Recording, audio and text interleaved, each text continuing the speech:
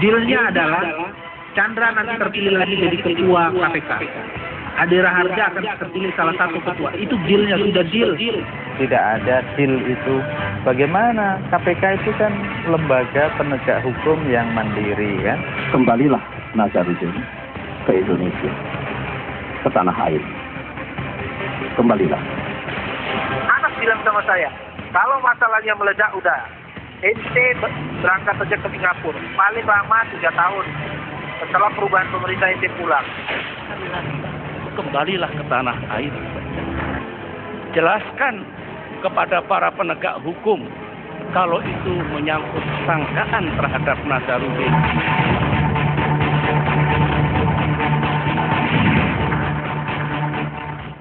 Pemirsa, Komisi Pemberantasan Korupsi atau KPK sering melakukan transaksi dengan Partai Demokrat. Itulah tudingan terbaru yang dilontarkan Muhammad Nazarudin dari tempat persembunyiannya. Pengakuan terbaru Nazarudin lewat BlackBerry Messenger ke harian Media Indonesia itu menyebutkan bahwa Demokrat pernah melakukan 4 kali transaksi dengan penyidik KPK, Ade Raharja. Sebelumnya Nazarudin menuding Anas pernah melakukan deal dengan Chandra Hamzah. Benarkah tudingan Nazarudin terhadap KPK? Apa yang harus dilakukan KPK dan juga Partai Demokrat atas tudingan Nazarudin seputar main mata KPK dengan Demokrat? Itulah yang akan kita bahas bersama dengan 4 narasumber yang akan segera bergabung bersama kami. Saya akan perkenalkan terlebih dahulu 2 narasumber yang bergabung dari luar studio. Telah bergabung juga Ketua Komite Etik KPK, Abdullah Hehamahua. Selamat sore Pak Abdullah. Selamat sore Mbak. Ya, terima kasih telah bergabung bersama kami.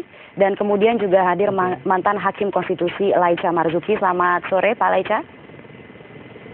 Selamat sore Mbak, selamat sore. Terima kasih telah bergabung bersama kami. Dan di studio di sini hadir Ketua DPP Partai Demokrat IGD Pasek Suardike. Selamat sore Pak Pasek, terima kasih telah bergabung. Dan kemudian juga Sekjen Asosiasi Advokat Indonesia Johnson Panjaitan. Selamat sore Pak Johnson. Selamat sore kan ya. Terima kasih telah bergabung bersama kami. Baik, saya akan ke Pak Pasek terlebih dahulu untuk menanggapi. Namun sebelumnya, mohon maaf, sebelum kita memulai perbincangan kita pada sore hari ini, pemirsa, kita akan simak terlebih dahulu editorial Media Indonesia edisi Kamis 28 Juli 2011 dengan tajuk Lancung ke Ujian.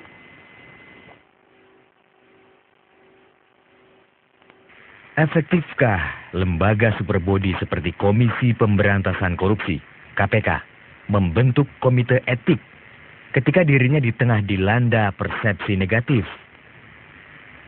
Membentuk komite etik adalah langkah yang kelihatannya bagus, tetapi kiranya sia-sia karena tidak akan memulihkan kepercayaan publik. Kalau lembaga superbody dan ad hoc turut tercemar, apakah bedanya dengan lembaga konvensional seperti jaksa dan polisi yang diambil peranannya? Jika sama kotornya, sama joroknya, sebaiknya lembaga superbody yang sudah inferior itu dibubarkan saja. Itulah pilihan yang paling ekstrim karena hilangnya kepercayaan yang tiada ketolongan lagi kepada KPK.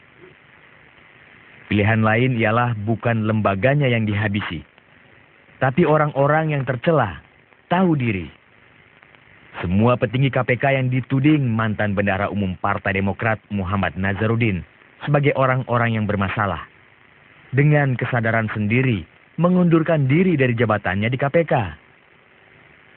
Mereka telah kehilangan kepatutan dan kepantasan moral untuk tetap duduk di KPK. Siapa mereka? Mereka adalah Wakil Ketua KPK Chandra M. Hamzah, Wakil Ketua KPK M. Yasin, Deputi Penindakan Ade Raharja, serta juru bicara KPK Johan Budi. Chandra Hamzah dan Ade Raharja menurut Nazarudin terlibat konspirasi dengan Ketua Umum Partai Demokrat Anas Purbaningrum untuk menjadikan mereka pimpinan KPK. Bahkan Chandra menerima uang yang disaksikan Beni Kaharman, Ketua Komisi 3 DPR. Sedangkan Yasin dituduh mengatur KPK agar hanya menjadikan Nazarudin seorang sebagai tersangka. Adapun Johan, menurut Nazarudin, turut menemani Ade Raharja saat bertemu dengan Nazarudin. Chandra Hamzah, Ade Raharja, Johan Budi, termasuk yang mencalonkan diri untuk menjadi pimpinan KPK periode 2011-2015. Sekalipun sekarang integritas mereka diragukan, sampai-sampai KPK membentuk komite etik mereka tetap tidak mengundurkan diri dari pencalonan itu. Korupsi di negeri ini merupakan kejahatan luar biasa. Karena itu membutuhkan cara-cara luar biasa pula untuk membasminya. Untuk itulah diperlukan lembaga superbody yang dipimpin oleh orang-orang berintegritas tinggi. Dan betapa konyolnya para petinggi KPK yang bermasalah itu berusaha membela diri. Ada yang bilang, kalau Nazarudin menuduh saya menerima uang, silakan Nazarudin membuktikan. Wow, KPK yang tangkas menangkap orang dan bekerja dengan cukup bukti itu karena menyangkut diri sendiri. Sekarang malah menyuruh orang yang mencari bukti untuk diri mereka sendiri. Alamak, sekali lancung ke ujian seumur hidup orang tak percaya. Itulah yang sekarang berlaku untuk semua orang KPK yang dituding Nazarudin. Ya baiklah, langsung saja kita mulai perbincangan. Saya akan ke Pak Pasek terlebih dahulu untuk meminta tanggapannya atas tudingan terbaru dari Nazarudin ini. Dikatakan bahwa Demokrat pernah melakukan 4 kali transaksi dengan penyidik KPK Ade Raharja. Ya, saya kira begini, sederhana untuk melihat Pak Nazarudin ini sebenarnya. Sekarang ini kan beliau itu posisi tersangka. Dalam posisi tersangka, maka beliau berupaya bahwa siapa yang menyebabkan dirinya tersangka. Pertama KPK. Berarti KPK ini harus didelegitimasi dengan berbagai cara, sehingga KPK ini menjadi tidak kredibel, tidak punya integritas, sehingga dia jatuh di publik, pada akhirnya mampu metamorfose diri Pak Nazarudin dari seorang tersangka menjadi seorang pahlawan, karena posisi itu. Kemudian sisi yang kedua, siapa lagi yang perlu ditembak? Partai Demokrat. Kenapa Partai Demokrat perlu ditembak? Karena harapannya untuk bisa dilindungi oleh Partai Demokrat dengan segala tingkah pola yang dia lakukan, dengan berada di posisi partai penguasa, dia merasakan aman melakukan segala sesuatunya. Ternyata tidak terbukti, karena Partai Demokrat justru mengibahkan segala kasus Nazarudin ini ke aparat penegak hukum.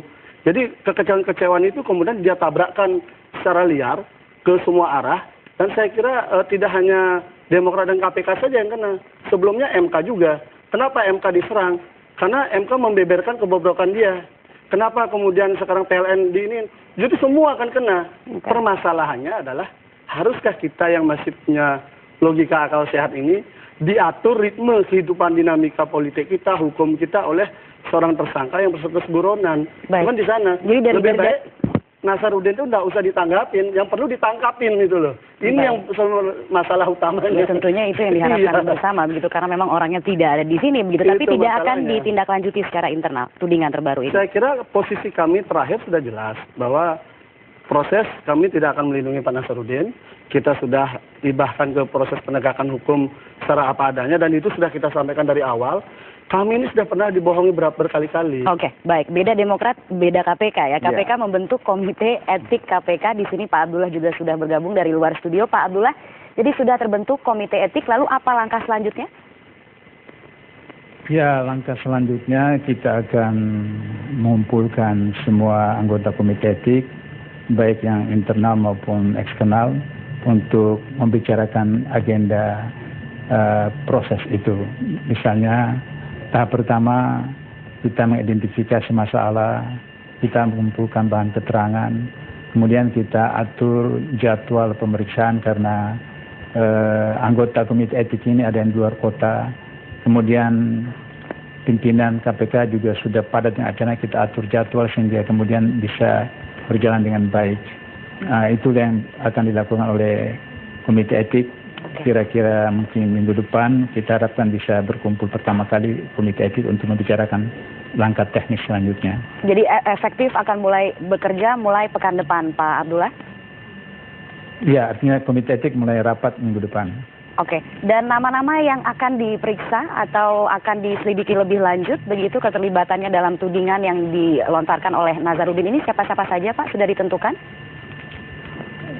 Siapa saja, jadi itu nanti mengalir seperti air saja di dalam rapat pertama Komite Etik itu. Seperti saya katakan tadi, kita akan inventarisasi baik orang, masalah maupun proses bagaimana melakukan pemeriksaan itu. Sebab di dalam kode etik pimpinan KPK itu tidak disebutkan hukum acaranya, hanya disebutkan bahwa pengenaan sanksi kepada pimpinan KPK yang diduga melakukan pelanggaran kode etik itu diputuskan oleh komite etik. Tapi hukum acaranya tidak diatur. Tapi artinya tudingan dari Nazarudin ini apakah kemudian menjadi bahan masukan bagi komite etik untuk kemudian menindaklanjuti bagaimana proses pemeriksaan ini akan berlangsung? Nazarudin kan psikopat, orang yang sedang tenggelam, kemudian dia bergayut di mana saja untuk bisa mempertahankan hidup, atau orang yang sedang jatuh di jurang, terus dia pegang tali apa saja untuk bisa bertahan. Karena itu maka dia akan mencakar kiri kanan dan seterusnya.